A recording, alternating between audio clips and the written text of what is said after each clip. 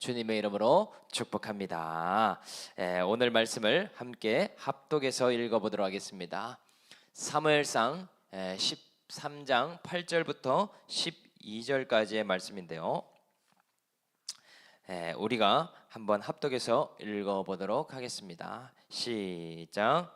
사울은 사무엘이 정한 기한대로 이레 동안을 기다렸으나 사무엘이 길갈로 오지 아니하며 백성이 사울에게서 흩어지는지라. 사울이 이르되 번제와 화목제물을 이리로 가져오라 하여 번제를 드렸더니 번제를 드리기를 마치자 사무엘이 온지라. 사울이 나가 맞으며 문안하매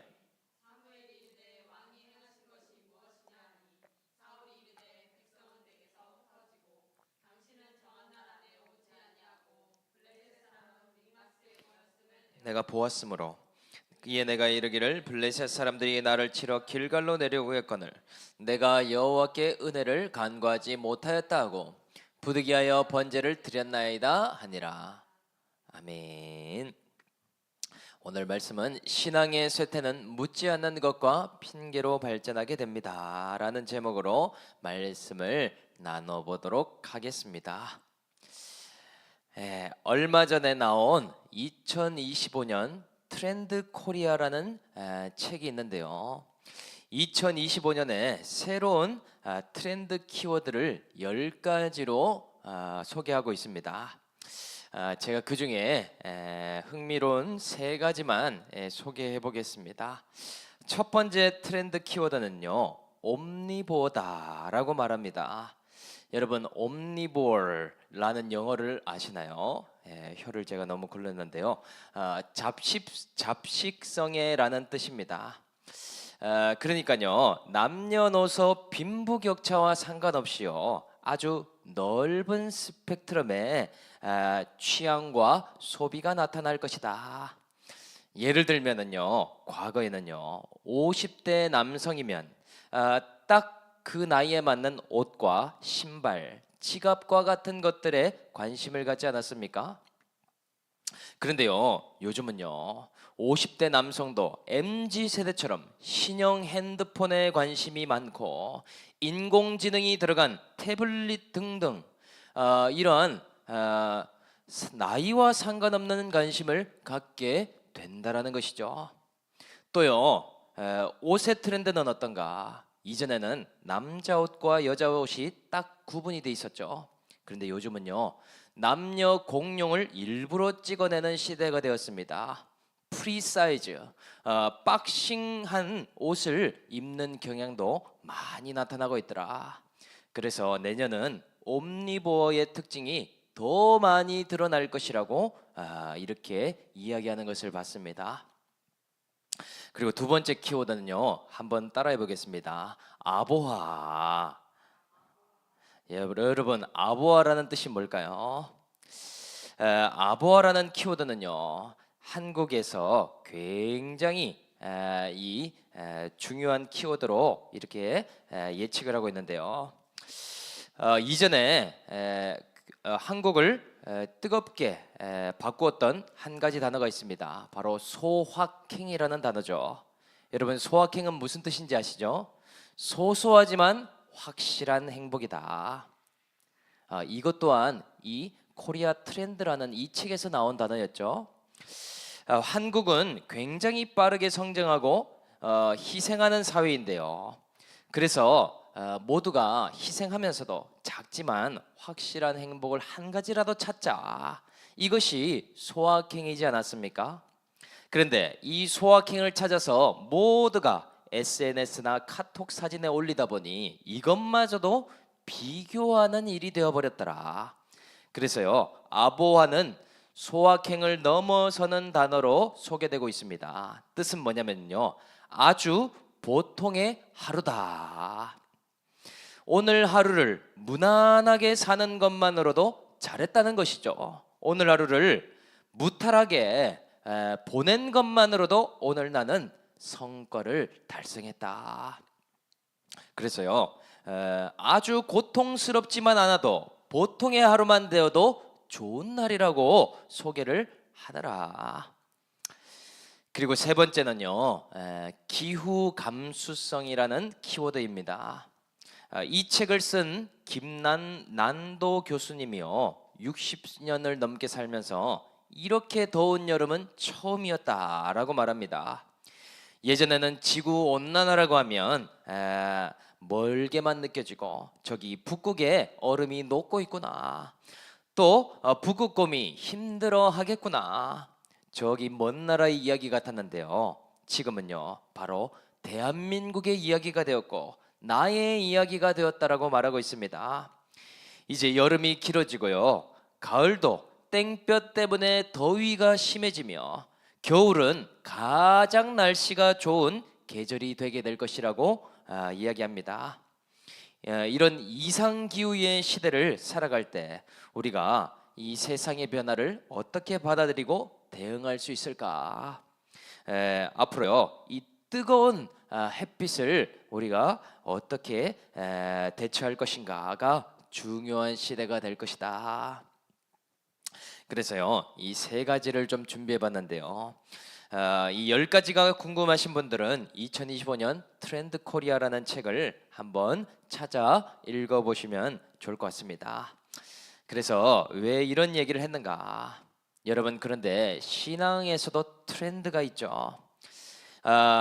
이 본문에 오늘 살펴보니까요, 시대가 변화하고 있습니다. 사사 시대에서 왕정 시대로 넘어가고 있고요, 사무엘의 시대에서 사울의 시대로 넘어가고 있죠. 그런데 문제는 뭔가?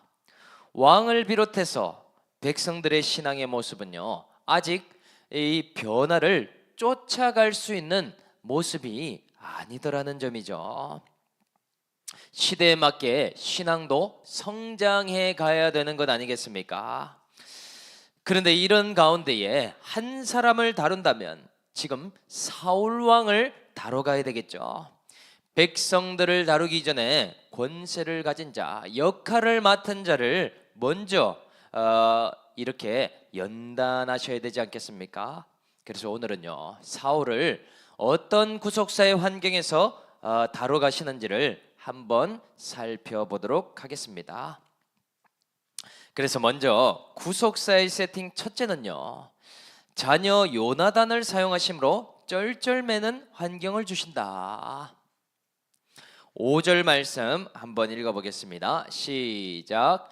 블레셋 사람들이 이스라엘과 싸우려고 모였는데 병거가 3만이요 마병이 6,000명이요 백성은 해변에 모래같이 많더라. 그들이 올라와 베다웬 동쪽 믹마스에 진침해. 아멘. 사울은요, 사사 시대를 끝마치고 새로운 왕정 시대를 열고 있는 사람이죠. 그런데 사울의 신앙은 어떤가? 여전히 사사기 신앙에 머무르고 있는 것을 볼 수 있습니다. 어떻게 하느냐? 왕이 되었지만은요, 더더욱 자기의 옳은 소견대로 군대를 개편해 버리더라는 것이죠. 하나님을 인정하지 않는 모습이 여전히 있더라. 그러니 하나님께 묻지 않는 적용을 하면서도요, 자기 멋대로 행동하지 않습니까? 그래서요, 군대 장정이 33만 명 정도가 있었는데요, 약 1%만 남겨버리고 99%를 일방적으로 각자 처소로 돌아가라고 하지 않습니까? 그런데요, 여러분, 이러한 행동에 이유가 있겠습니까? 아니면 어떤 백성들이 알만한 설명이 있었는가? 아무 이유도 아무런 설명도 없이 본인의 기분이 그렇다는 것이죠. 그냥 왕으로서 본인이 그런 마음이 갑자기 들었을 뿐인 것입니다. 그렇다고 지금 상황이요, 블레셋이 사라진 것인가? 버젓이 블레셋이 주변에서 위협을 하고 있는 상황이 아닙니까? 가만히 보니까요, 사울은요, 교만과 불안 사이에서 왔다 갔다 하면서요, 본인의 기분과 상태에 따라 결정을 하고 있더라. 그래서요, 하나님은 누구를 보석처럼 사용하실까? 여러분, 사울에게는요, 백성 중에서는 그 누구도 사울에게 무엇인가 요구할 권세가 없지 않습니까? 그래서요, 구속사의 세팅을 택하는데 바로 아들 요나단을 택하고 있더라. 요나단도요, 사울보다는 낫지만 성향적으로 비슷한 성향을 갖고 있죠. 잘 묻지 않습니다. 단독적으로 행동하는 모습이 있습니다. 오늘도요, 블레셋 수비대를 갑자기 공격을 하는데요, 아버지와 상의한 내용이 한 가지도 없더라. 설명해 주지도 않았습니다. 그냥 오늘 기분이 블레셋 수비대를 쳐야 할 것 같으니까 그냥 보이길래 친 것 뿐이더라는 것이죠. 그러면서요, 사울의 이 교만과 열등의 성품 신앙을 깨뜨릴 구속사의 환경을 세팅하고 계시더라. 여러분, 그것이 뭐냐면요, 이 요나단의 행동을 통해서 블레셋 군대가 쳐들어오는 환경이더라는 것이죠. 이 일은 그냥 우연히 일어난 것이 아니라 하나님께서 사울을 다루기 위해서 주신 세팅이라는 사실이죠. 그래서요, 블레셋이 공격을 당했으니 가만히 있을 리가 있겠습니까? 이스라엘이 우리를 공격했다, 저 왕의 아들이 우리를 가만히 있는데 치었다라고 이야기를 하겠다라는 것이죠. 그래서 모래수보다도 많은 블레셋 군대가 진을 치고 눈앞까지 쳐들어오는 일이 있는 것 아닙니까?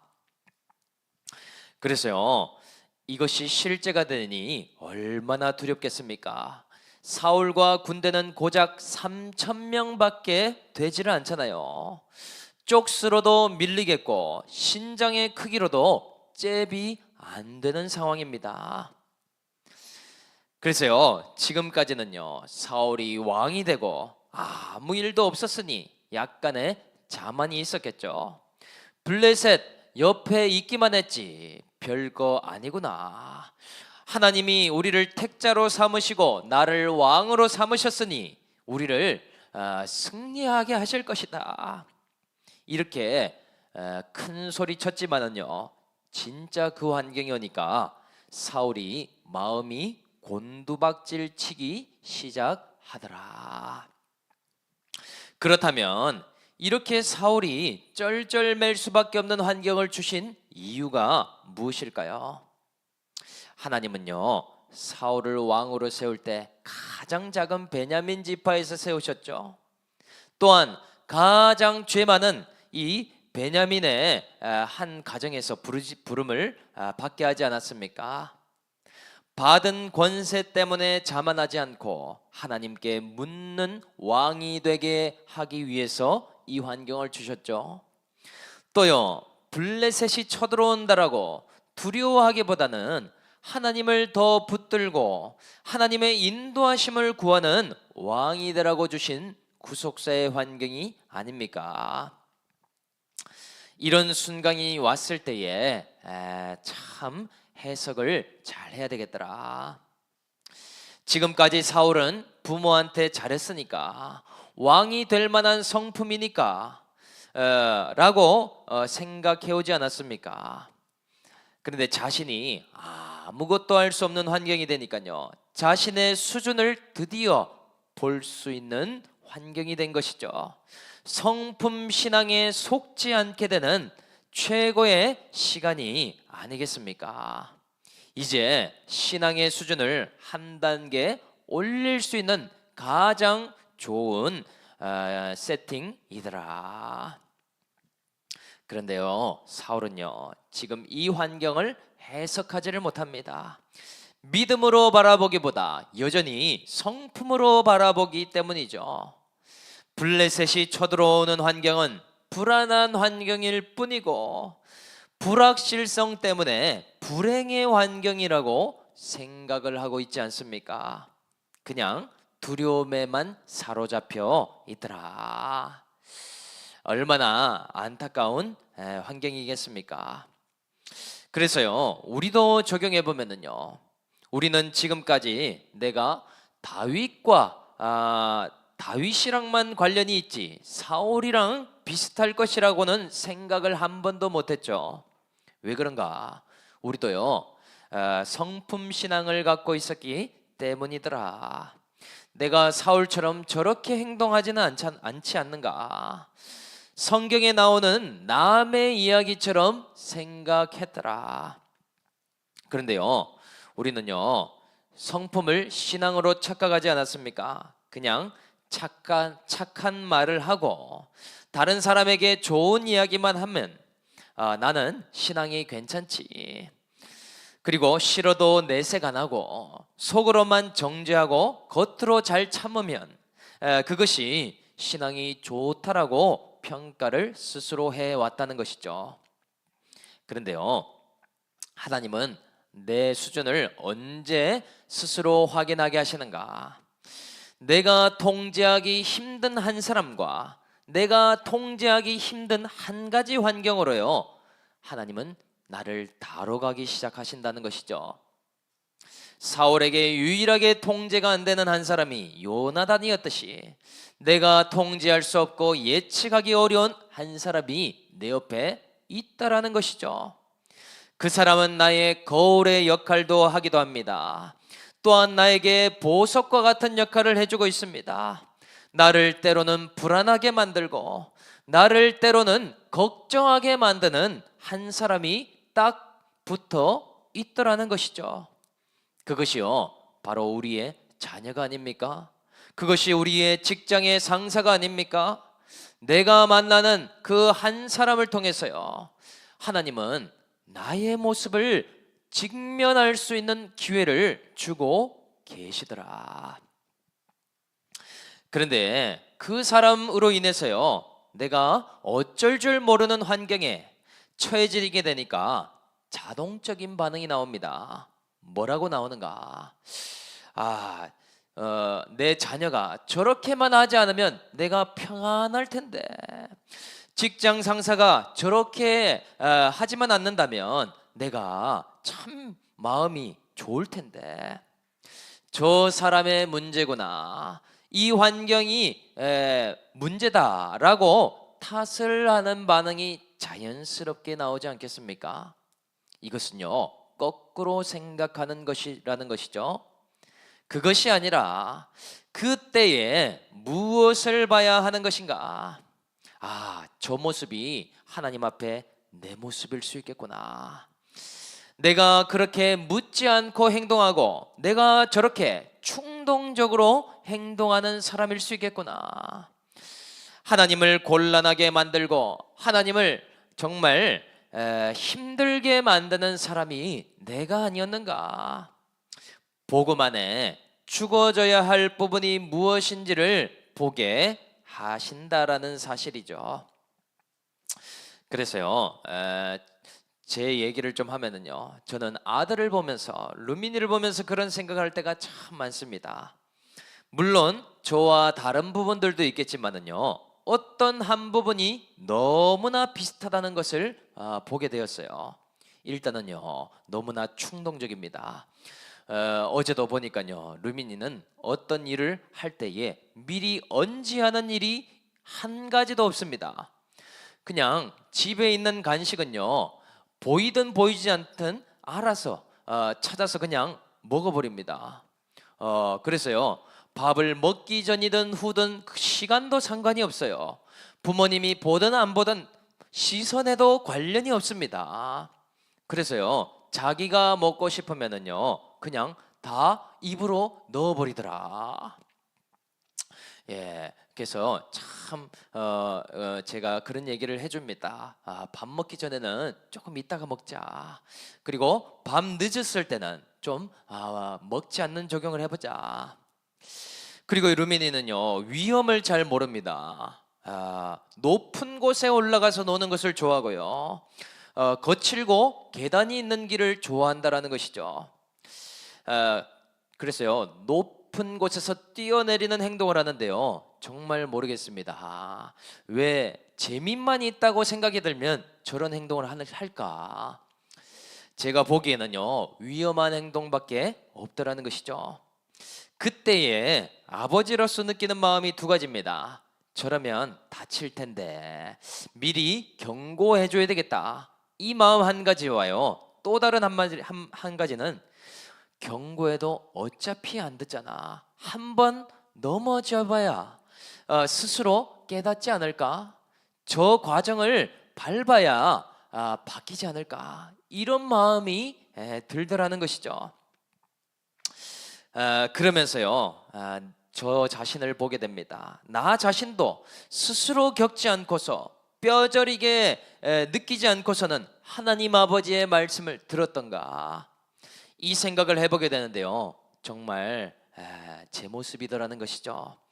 그러나 사랑으로 품고 이 보석 역할을 하는 아들 때문에 아들을 통해서도 다듬어 가시는 하나님과 마주하게 될 때가 있더라.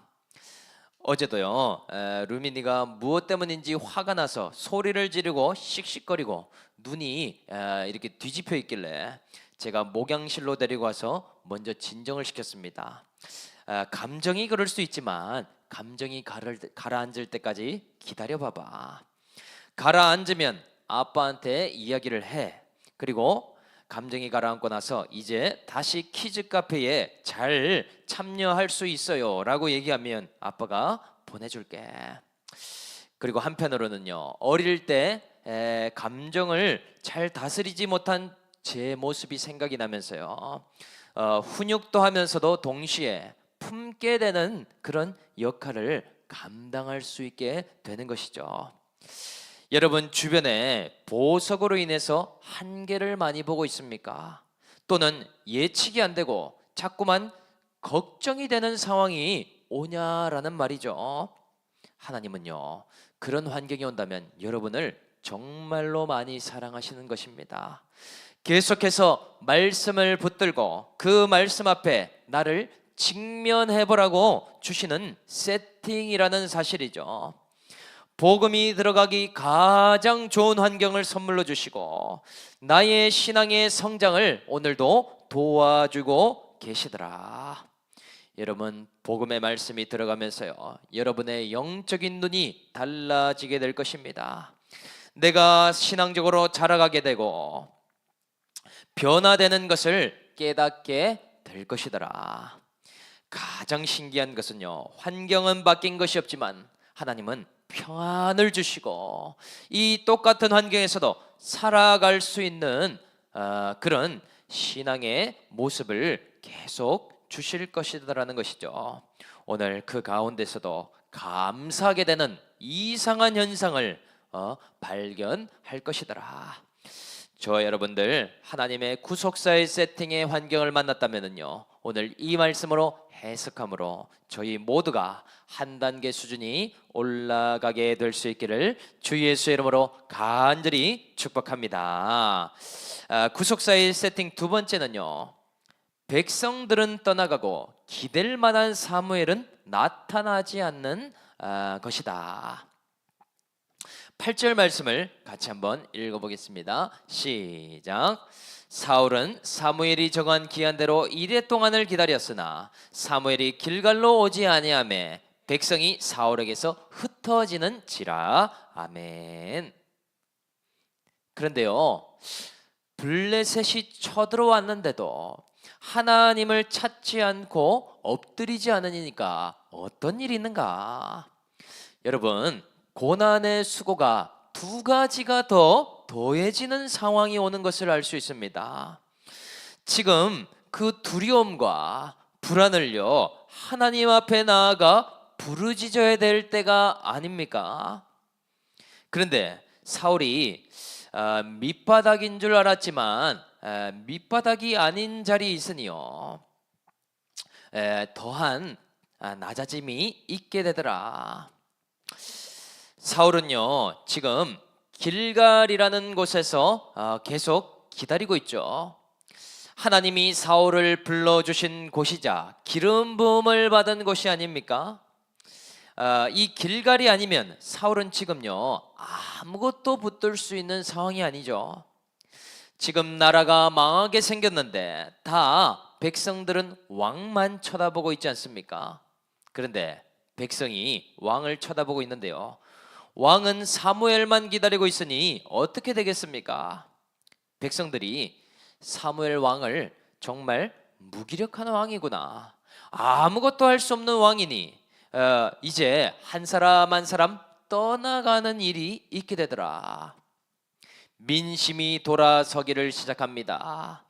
백성들이 마음의 불안을 이기지 못하고 각자 처소로 돌아가 버리더라는 것이죠.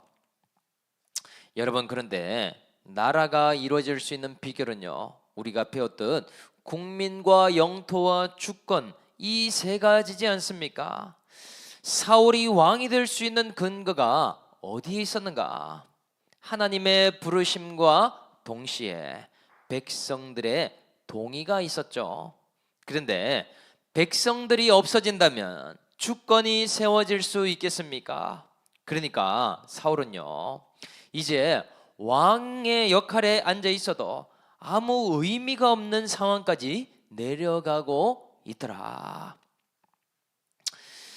사울은 사실요, 자신이 어떤 선택을 했는지도 잘 분별이 안 되는 사람이었죠. 백성들을 30만 명 이상 돌려보낸 것도 본인이지 않았습니까? 그때 안 돌려보냈으면 어땠을까? 후회할 수도 있겠죠. 또 그런데 환경만의 문제는 아닌 것이, 사람이 많았으면 또 더 많이 떠나가면서 크게 낙심할 수도 있겠더라. 이런 위기가 올 거라고 상상이나 했겠습니까? 얼마나 미련한지 스스로도 잘 모르는 것이죠. 그래서 그나마 기댈 수 있는 마지막 대상이 남았는데 그 사람은 사무엘입니다. 사무엘까지 안 나타나니 어떻게 되는가? 사울 속에 내재되어 있던 불안과 두려움이 폭발하게 되는 것이죠. 왕이라는 권세만 받았지 자립할 수 있는 신앙이 한 가지도 없는 것 아닙니까? 어려울 때마다 사람만 찾고 힘들 때마다 주변에 붙들 대상을 찾고 있으니 지금 엄마를 찾는 아이의 모습과 같지 않습니까? 어쩔 줄을 몰라 하고 있더라. 그러다가 어떠한 엉뚱한 행동을 하게 되는가?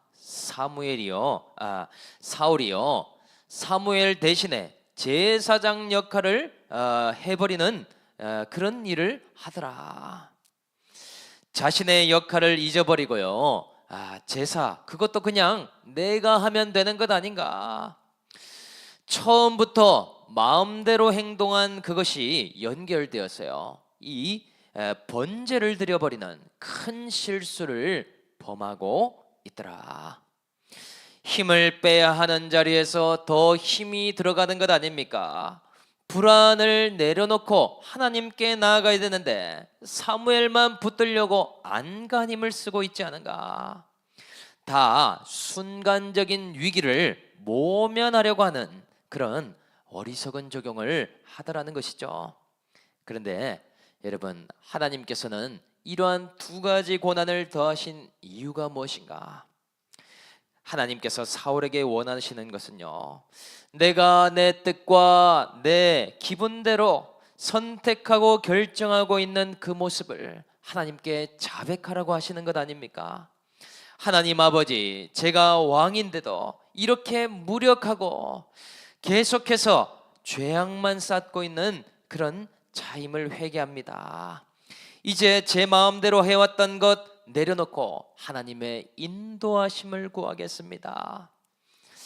지금요, 이 낮아짐의 시간을 통해서 변화받기를 간절히 원하고 계시더라는 것이죠. 그런데 이 수고를 보지 못하니요, 사울은 계속 불안과 두려움으로 자신이 할 수 있는 것만 자꾸 하지 않습니까? 참 안타깝더라. 그래서 적용을 해보면요, 하나님께서는요, 우리를 다루실 때 어떤 환경으로 이끄실까? 나의 믿음의 현주소를 알 수 있는 환경으로 이끌어 가십니다. 평소에는 잘 모르는데요, 이 구속사의 세팅이 딱 되면은요 보이는 것이 있다는 것이죠. 그 환경이 되면 먼저 무엇을 드러내시는가? 내가 가장 의지하고 의존하고 있는 것이 무엇인가를 딱 보여주십니다. 왜냐? 그것을 깨달아야 자립신앙으로 나아갈 수 있게 되지 않겠습니까? 사울처럼요, 역할이 있어도 또 권세가 주어져도요, 그것을 스스로 자립해 나갈 수 있는 믿음의 수준이 내가 안 되더라.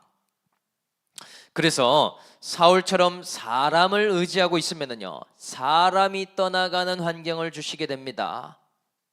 내가 사무엘과 같은 한 사람을 계속 바짓가랑이 잡고 붙들려고 하면요 그 사람이 내 눈에 안 보이는 환경을 주신다는 것이죠. 왜 그렇겠습니까? 이제 하나님을 붙들고 하나님의 인도하심을 구하는 신앙의 성장을 이루라고 주신 환경이더라. 그런데요 우리가 그렇게 살지 않았기 때문에요 어떤 상태가 되는지 아십니까? 불안이 다른박질 치시기 시작하는데요 내 몸에 더 힘이 들어가는 적용을 하게 되더라. 나의 두려움이 폭발하게 되면서요 붙들 만한 대상이 없는지를 더 열심히 찾아보게 되는 것 아닙니까? 왠지 내 인생이 고독해 보이고 내 인생이 공허해지는 그런 상황에 쩔쩔매게 되더라.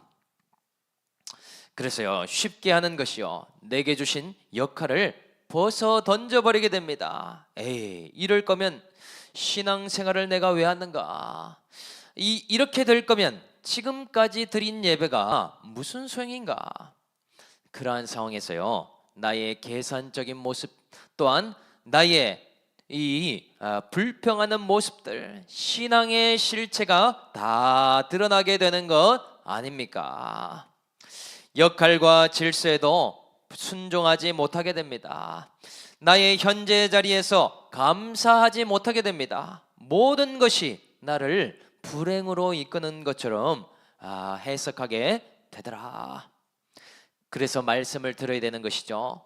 말씀을 들으면은요 똑같은 환경이지만 이것이 선물처럼 보이는 기막힌 현상이 일어난다는 것이죠. 내가 어쩌다가 저 사람을 만나서 이렇게 됐나, 이것이 아니라 하나님이 우연히 아닌 환경을 주셨구나로 변화된다는 것이죠. 엉뚱한 것에 탓을 하거나 투사하는 것이 아니라 바로 지금이 내 심령이 가장 가난함으로 천국을 선물로 받을 수 있는 기회가 되겠구나 라고 바뀌어지는 것 아닙니까? 그래서 저는요 지금이 가장 많은 축복을 받은 것 같습니다. 제가 사역을 17년 정도 했지만은요 백성들이 떠나가듯이 의지할 사무엘이 한 사람도 없듯이 지금 이 목회 환경이 저에게 가장 낮아짐의 환경이자 축복의 환경이 되고 있음을 보고 있습니다. 이 정도 되니까요 하나님 앞에 저의 죄성을 직면하게 된 것이죠. 성품 신앙이라는 것이 있는지도 모르고 또한 저의 죄악이 얼마나 큰지도 이 목회자의 자리에 있으니 잘 보지 못했다라는 것이죠. 그런데 정말 회개하는 순간과 마주하게 됩니다. 내가 하나님 앞에 이렇게 죄성이 질긴 사람이었구나. 내가 사울과 같은 인생을 살 수 있는 사람이구나. 이것을 보게 된 것이 얼마나 감사한지 모릅니다. 그러나 거기서 그치지 않고 이 말씀까지 주셔서 정말 하나님 앞에 낮아짐으로 심령이 가난하여 천국을 누리게 하셨으니 이것이 은혜로다 라고 고백하는 요즘을 보게 됩니다. 내가 의지할 사람이 없어도 나를 인정해 줄 그런 대상이 없어도 또는 물질이 없어도 하나님께 부르짖고 갈 수 있으니 얼마나 감사한가. 세상과 나는 간 곳 없고 그 어디나 하늘나라 천국임을 고백하는 요즘입니다. 그리고 요즘은요, 제가 세큐에도 나눴지만 스마트 스토어라는 또 새로운 길을 열어주셨어요. 채우고 입히시는 놀라운 하나님을 발견하게 됩니다. 어떻게 인도하실지요, 정말 아무도 모르는 것이죠. 오늘도 아침에 제 관리창을 이렇게 열어봤는데요, 세 가지의 물품이 또 품절이 되었다고 뜨는 것이죠. 내일 되면은요, 또 저는 창고에 물건을 넣으러 가야 될 것 같습니다. 여러분, 오늘 내가 의지할 사무엘이 없어서 고독합니까? 오늘 나를 인정해줄 백성이 없어서 슬픕니까? 오늘 하나님은 복음으로 우리를 초청하고 계십니다. 여러분들을 지극히 사랑하셔서 심령을 가난하게 만드시며 천국을 누리도록 선물을 주고 싶어 하시더라. 오늘 저와 여러분 심령이 가난한 자가 되어서 또 이 올리브 공동체 모일 때마다 천국의 선물을 우리가 누림으로 모두가 신앙의 성장을 이루어갈 수 있는 모두가 될 수 있기를 주 예수의 이름으로 간절히 축복합니다.